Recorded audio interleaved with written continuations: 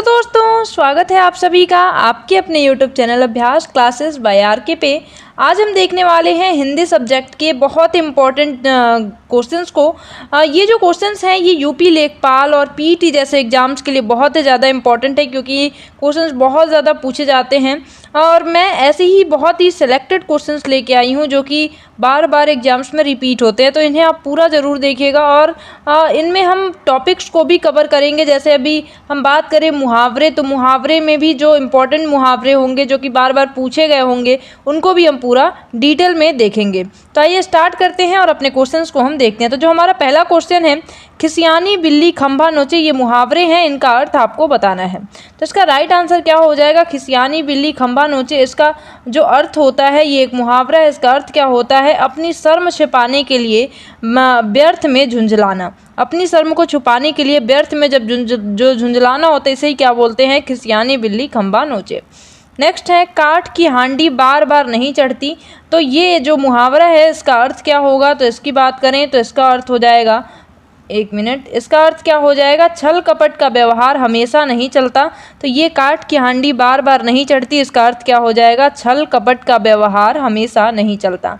आइए अब देखते हैं कुछ महत्वपूर्ण मुहावरे जो कि बार बार पेपर में पूछे जाते हैं।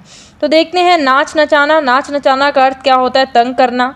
पेट में चूहे कूदना, बहुत जोरों की भूख लगना। पट्टी पढ़ाना का क्या होता है? बुरी राय देना। पहाड़ टूट जाना, घोर विपत्ति आ पड़ना। ऐसे ही पौ 12 होना मतलब खूब लाभ होना। पांचों उंगलियां घी में मतलब पूरे लाभ में। मक्खियां मारना, इसका क्या होता है? बेकार बैठे रहना। मैदान मारना, इसका मतलब होता है लड़ाई जीतना। मोटा आसामी, इसका मतलब क्या होता है? मालदार। मुट्ठी गर्म करना मतलब घूस देना। रंग जमाना, धाक जमाना। रंग लाना, प्रभाव उत्पन्न करना। रंग बदलना, परिवर्तित होना। रास्ता देखना, इंतजार करना। पगड़ी रखना, इसका क्या होता है? इज्जत बचाना। फूलना फलना का क्या होता है? कुलवान या धनवान होना। बरस पड़ना का क्या होता है? किसी पर गुस्सा निकालना। बांसों उछलना का क्या होता है? खुशी, बहुत खुशी ज़्यादा होना, इसे क्या बोलते हैं? बांसों उछलना। बाजी मारना का जीतना या आगे निकल जाना। बट्टा लगाना, कलंक लगाना। बाजार गर्म होना, काम में तेजी होना। बांछे खिलना, इसका क्या होता है? अत्यधिक प्रसन्न होना। ऐसे आप देख सकते हैं, इसे एक बार आप पूरा देख लीजिए। और ये जो हैं बहुत ही इंपॉर्टेंट हैं, क्योंकि बहुत बार पेपर में पूछे गए हैं, तो ऐसे ही मैंने सिलेक्टेड को लेके यहाँ पे आई हूँ।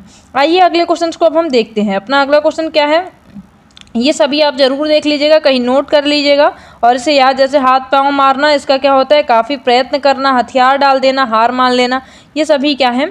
हमारे मुहावरे हैं जो कि पेपर में बार बार पूछे जाते हैं। अब देखते हैं कुछ जो हमारा अगला क्वेश्चन है, क्वेश्चन नंबर 3। क्वेश्चन नंबर 3 के लिए कुछ निर्देश दिए जाते हैं। जैसे कहा जाता है कि प्रश्न संख्या 3 से 4 के लिए निम्नलिखित शब्दों के लिए विलोम शब्द बताने हैं। हमें कुछ 3 से 4 का जो क्वेश्चन है इसमें विलोम शब्द को बताना है। तो क्रिस का विलोम शब्द क्या होगा?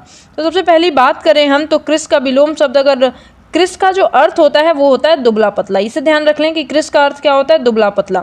और क्रिस का जो विलोम शब्द क्या हो जाएगा? तो हष्ट पुष्ट हो जाएगा। तो क्रिस मतलब दुबला पतला और विलोम क्या हो जाएगा? हष्ट पुष्ट हो जाएगा। अगला देखते हैं, अल्पज्ञ। अल्पज्ञ की बात करें, अल्पज्ञ का मतलब क्या होता है? तो पहले हमें ये ध्यान रखना है, अल्पज्ञ का मतलब बहुत कम, बहुत कम। और अल्पज्ञ का उल्टा क्या हो जाएगा? सर्वज्ञ। सर्वज्ञ इसका राइट आंसर हो जाएगा। तो अल्पज्ञ का विलोम मतलब उल्टा जो है वो क्या हो जाएगा? सर्वज्ञ हो जाएगा। आइए अगले, अब हम बहुत सारे क्वेश्चंस देखेंगे, हिंदी के भी, अदर सब्जेक्ट के भी। तो अगर आपने चैनल को सब्सक्राइब नहीं किया तो इसे सब्सक्राइब जरूर कर लीजिएगा, क्योंकि आपको बहुत ही जितने भी इंपॉर्टेंट क्वेश्चन होते हैं उसे आप इस वीडियो यहाँ पे इस चैनल पे पा सकते हैं। तो हम हिंदी के भी बहुत इंपॉर्टेंट क्वेश्चंस को अब लेके आ रहे हैं, तो अब इसे भी ले आएंगे और साथ में हम टॉपिक को भी कवर करेंगे। जैसे अभी हमने मुहावरे को देखा, वैसे ही हम एक एक वीडियो में एक एक दो टॉपिक को कवर करते रहेंगे। अगला देखते हैं, अगला हमारा खूंटी। खूंटी शब्द का बहुवचन बताना है आपको। तो खूंटी शब्द का बहुवचन क्या होता है? इसमें बहुत सारे दिए हुए हैं, खूटिया, खूटियों, खूटियाँ, खूटियों। तो इसका राइट आंसर क्या होगा? तो आप भी अपना कमेंट सेक्शन में ज़रूर लिखते रहिएगा कि राइट आंसर क्या होगा आप, और लास्ट में आप मैच करिएगा कि आपके कितने आंसर सही हुए। तो बात करें तो पाँचवा का क्या हो जाएगा? खूंटी। खूंटी का जो बहुवचन हो जाएगा वो हो जाएगा खूटियाँ। क्या होगा? खूटियाँ हो जाएगा। नेक्स्ट देखते हैं, निम्नलिखित अनेकार्थी शब्द का दूसरा अर्थ बताइए। तो कुछ शब्द दिए हुए, एक शब्द दिया हुआ है जिसका आपको जिसके अनेक अर्थ होते हैं, वही अर्थ इसमें बताना है। अज अजन्मा, अज अजन्मा जो है इसका अर्थ क्या हो जाएगा? तो इसका अर्थ होता है जिसकी कभी मृत्यु ना हो, तो उसे क्या बोलते हैं? तो इसका राइट आंसर क्या हो जाएगा? इसका राइट आंसर हो जाएगा ईश्वर। क्यों? क्योंकि अज अजन्मा होता क्या है? जिसका न तो कभी जन्म हो न तो कभी मृत्यु हो। ऐसा कौन हो सकता है? तो ऐसे सिर्फ ईश्वर हो सकते हैं जिनका कभी जन्म और मृत्यु न हो, तो इसे क्या बोलते हैं? ईश्वर। इसका राइट आंसर हो जाएगा। अगले क्वेश्चन को हम देखते हैं। अगला हमारा, निम्नलिखित में से कौन सा शब्द वर्तनी की दृष्टि से शुद्ध है? इसमें एक शब्द लिखे हुए हैं, आपको बताना है कि इनमें कौन सा शब्द जो है बिल्कुल सही लिखा हुआ है। तो बात करें तो इसका राइट आंसर क्या हो जाएगा? प्रतिनिधि। देखिए सारे जो है प्रतिनिधि ही लिखे हुए हैं, लेकिन इसमें राइट क्या है? प्रतिनिधि। ये जो है बिल्कुल शुद्ध वर्तनी है, जिसे हमें ध्यान रखना है। अगला क्वेश्चन देखते हैं हम। फिर हमें निर्देश है कुछ। निर्देश क्या है कि प्रश्न संख्या 8 से और 9 तक के जो प्रश्न हैं, इनमें कुछ त्रुटियां हैं। इन्हीं त्रुटियों को आपको बताना है। ऐसे क्वेश्चन, ये पूरा मैंने पैटर्न लिया है लेखपाल का, तो इसे आपको ध्यान रखना है। तो देखते हैं कुछ त्रुटियां हैं। कौन सी त्रुटियां हैं देखते हैं। पहला जो दिया है, विद्यालय में स्लैश जलपान को उत्तम प्रबंध है। और तीसरा पॉइंट क्या है? कोई त्रुटि नहीं है। तो इनमें से कौन सा ऐसा है जो कि जिसमें त्रुटि है? तो बात करें तो इसका जो जलपान को उत्तम प्रबंध है, ये बिल्कुल ही गलत है। ये शुद्ध वर्तनी नहीं इसे कहा जाएगा। तो विद्यालय में जलपान का उत्तम प्रबंध है, यहाँ पे क्या करें आप? का करें तो ये सही होगा। जलपान को का कोई मतलब नहीं होता है। जलपान को जो है इसमें त्रुटि है, तो ये इसका राइट आंसर हो जाएगा। आइए अगले क्वेश्चन को देखते हैं हम। अगला है हमारा, मुझे रेलगाड़ी में यात्रा करना अच्छी लगती है। आप देख रहे हैं कि बिल्कुल यहाँ गलत लग रहा है। अच्छी लगती है, अच्छी लगता है, ऐसा यहाँ पे कुछ नहीं होता, ये गलत है। तो इसका राइट क्या हो जाएगा फिर? मुझे रेलगाड़ी में यात्रा करना अच्छा लगता है। क्या होगा? अच्छा लगता है। देखिए ये बहुत ही इंटरेस्टिंग क्वेश्चन हैं। एक्चुअल में हम अगर थोड़ा सा बातचीत करने में हमारा अच्छे से हम बातचीत कर सकते हैं, तो इन सभी क्वेश्चंस के आंसर हम बहुत आराम से दे सकते हैं। जैसे कि हम वाक्य में यूज करते हैं, अगर हम शुद्ध वर्तनी का यूज करें, शुद्ध भाषा में बोलें, तो अच्छा लगता ही यूज करेंगे, ना कि अच्छी लगती है। तो ये बिल्कुल ही जो ऑप्शन नंबर सी है, ये क्या है हमारा? करेक्ट होगा इसके लिए। अगला क्वेश्चन देखते हैं, निम्नलिखित में से कौन सा शब्द तत्सम है?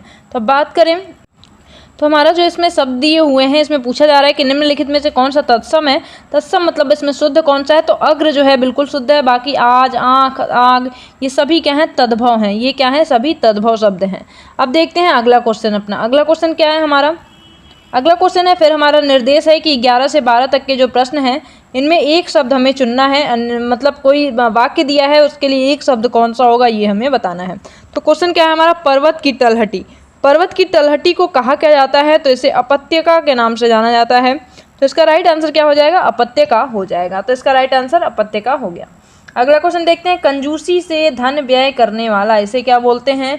तो कंजूसी से जो धन व्यय करने वाला है, इसे बोलते हैं कृपण। क्या बोलते हैं? कृपण बोलते हैं। कंजूसी से धन व्यय करने वाले के लिए एक शब्द क्या होता है? कृपण होता है। अगला फिर हमारा देखते हैं क्वेश्चन, निर्देश है कि जो प्रश्न संख्या 13 से 14 हैं, इनमें रिक्त स्थानों की पूर्ति आपको करनी है। क्वेश्चन है कि उसका हृदय इतना कोमल है कि मित्र तो क्या, वह अपने डैश को भी चोट नहीं पहुंचा सकता। तो यहाँ पे ये काट लीजिएगा, वह, ये गलत है, पहुंचा सकता। तो यहाँ पे क्या हो जाएगा? हम जैसे कि क्वेश्चंस को ही पढ़ के, इस सेंटेंस को ही पढ़ के इसका आंसर बता सकते हैं कि क्या हो जाएगा? मित्र का शत्रु, मित्र का शत्रु। तो इसका राइट आंसर क्या हो जाएगा? शत्रु हो जाएगा। तो पूरा हम पढ़ें तो क्या बन रहा है कि उसका हृदय इतना कोमल है कि वह मित्र तो क्या, वह अपने शत्रु को भी चोट नहीं पहुंचा सकता। तो ये क्या हो जाएगा? इसका राइट आंसर शत्रु हो जाएगा। अगला क्वेश्चन देखते हैं। अगला क्या है हमारा? अगला है, देश रक्षा के लिए प्रत्येक नागरिक को डैश रहना चाहिए। क्या रहना चाहिए? तो देश रक्षा के लिए प्रत्येक नागरिक को उद्यत रहना चाहिए। उद्यत का मतलब क्या है? कि इसका मतलब होता है तत्पर रहना। इसका मतलब क्या होता है? तत्पर रहना। तो हर देश के हर प्रत्येक नागरिक को देश रक्षा के लिए क्या रहना चाहिए? तत्पर रहना चाहिए। तो ऑप्शन नंबर डी क्या हो जाएगा? करेक्ट हो जाएगा। अगला है, अरविंद शब्द का पर्यायवाची क्या है? तो अरविंद शब्द का इसमें जो पर्यायवाची है वो क्या है? तो इसका राइट आंसर क्या हो जाएगा? कमल हो जाएगा। कमल को अरविंद जो है, इनका पर्यायवाची क्या है? कमल है। तो इसका राइट आंसर क्या हो जाएगा? ऑप्शन नंबर सी हो जाएगा। अगला हमारा निर्धन में कौन सी संधि है। तो निर्धन में अगर बात करें तो कौन सी संधि है, तो इसका राइट आंसर क्या हो जाएगा, ऑप्शन नंबर डी, इसमें विसर्ग संधि है। ध्यान रखना है इसका संधि विच्छेद क्या हो जाएगा, निहि धन धन, निहि धन धन। तो इसका संधि विच्छेद क्या हो जाएगा, निहि धन धन हो जाएगा। और ये क्या हो जाएगा, इसमें विसर्ग संधि है, तो इसे ध्यान रखना है, निर्धन में विसर्ग संधि है। अगला क्वेश्चन क्या है हमारा, अब मैं बहुत ही जल्दी संधि के ऊपर, समास के ऊपर, इन सभी के ऊपर सेपरेट वीडियो पूरा डिटेल में लेके आऊँगी। चैनल को आप सब्सक्राइब कर लीजिए, बेल आइकन को प्रेस कर लीजिए, ताकि आपको जब भी वीडियो अपलोड हो आपको तुरंत पता चल जाए, नोटिफिकेशन आपके पास पहुंच जाए। तो आइए देखते हैं अगले क्वेश्चन को। अगला है हमारा देशांतर में कौन सा समास है। तो इसमें बात करें तो देशांतर में कर्मधारय समास है। तो ध्यान रखना है देशांतर में क्या है, कर्मधारय समास है। अगला क्वेश्चन देखते हैं हम। अगला क्या है, अंबर पनघट में डूबो रही तारा घट उषा नागरी में कौन सा अलंकार है। तो यहाँ ध्यान रखना है, यहाँ पे कौन सा अलंकार है, ऑप्शन नंबर सी, यहाँ रूपक अलंकार है। अंबर पनघट में डूबो रही तारा घट उषा नागरी, इसमें क्या है, रूपक अलंकार है। बहुत जल्दी मैं अलंकार, समास, संधि, इन सब की वीडियो ले आऊँगी। तो देखते हैं अगले क्वेश्चन को। अगला हमारा क्या है, निम्नलिखित में से कौन सा तद्भव शब्द है। इसमें तद्भव कौन सा है, तो ये हमें बताना है। तो आंसर क्या हो जाएगा, अमीय जो है, अमी एक तद्भव शब्द है, जबकि इष्टिका, कुपुत्र, उलुक ये सभी क्या है, तत्सम शब्द हैं। तो ध्यान रखना है, अमीय क्या है, एक तद्भव शब्द है। अगला क्वेश्चन क्या है हमारा, अगला है फिर हमारा निर्देश क्या है कि 20 से 21 के लिए जो प्रश्न है, इसमें सही वाक्यों का चयन करना है। इसमें कुछ वाक्य दिए गए हैं, जैसे पहला वाक्य क्वेश्चन नंबर 20 का जो दिया गया है वाक्य, पहला वाक्य है कि तुलसी अवधि के श्रेष्ठ कवि और ब्रज भाषा के सूर हैं। अगला है तुलसी अवधि के श्रेष्ठ कवि हैं और सूर ब्रज भाषी हैं। तुलसी और सूर, नेक्स्ट क्या है, तुलसी और सूर अवधि और ब्रज भाषा के श्रेष्ठ कवि हैं। डी क्या है, तुलसी और सूर क्रमशः अवधि और भाषा के श्रेष्ठ कवि हैं। अब इसमें से आपको बताना है कि कौन सा वाक्य बिल्कुल सही है। तो आप देख सकते हैं जो ऑप्शन नंबर डी है, जैसे कि तुलसी और सूर क्रमशः अवधि, मतलब तुलसी किसके हैं, अवधि के हैं, और सूर किसके हैं, ब्रजभाषा के हैं। ये बिल्कुल ही शुद्ध शब्द है, बहुत ही सही तरीके से लिखा हुआ ये शब्द है।